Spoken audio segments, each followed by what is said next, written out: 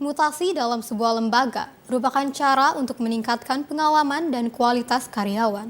Seperti halnya TVRI yang memiliki 30 stasiun di Indonesia dan 1 stasiun pusat.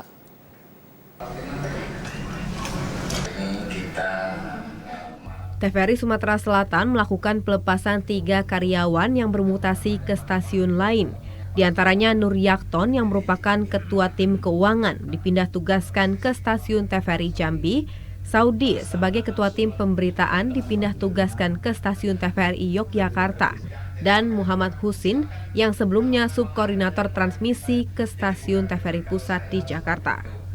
Kepala TVRI Sumsel Sukirman berharap berbagai pengalaman yang telah dijalankan di TVRI Sumsel dapat dimanfaatkan di tempat tugas selanjutnya. Kita ambil yang baiknya, tinggalkan yang tidak baik dari saya.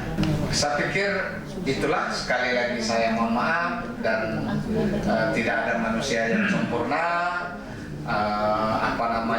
Ingat pesan-pesan Tuhan. Pagi tadi saya baca surat Hud ayat 115 itu, bahwa setiap kebaikan itu kita harus yakin akan diijabah oleh Tuhan dengan sebuah kebaikan juga.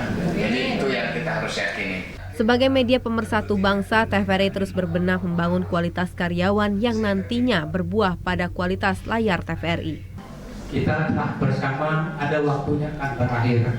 Dan inilah yang akan terjadi pada hari ini. Saya di Pelipam itu sangat enjoy gitu, sangat senang.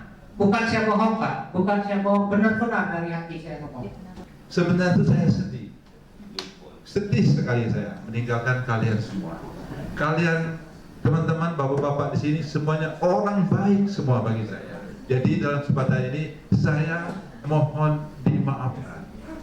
Dan semua mungkin apabila ada teman-teman yang merasa berdosa kepada saya, sebelumnya pun sudah saya maafkan. Saya mohon maaf apabila dalam pelaksanaannya saya melakukan hal yang tidak berkenan, perkataan, hal-hal seperti itu. Saya mungkin bukan teman baik bapak-bapak dan ibu sekalian, tapi percayalah, bapak dan ibu adalah teman baik saya.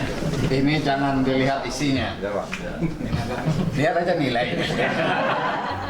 Para insan TVRI terus berupaya menjadi lebih baik sesuai amanat reformasi birokrasi.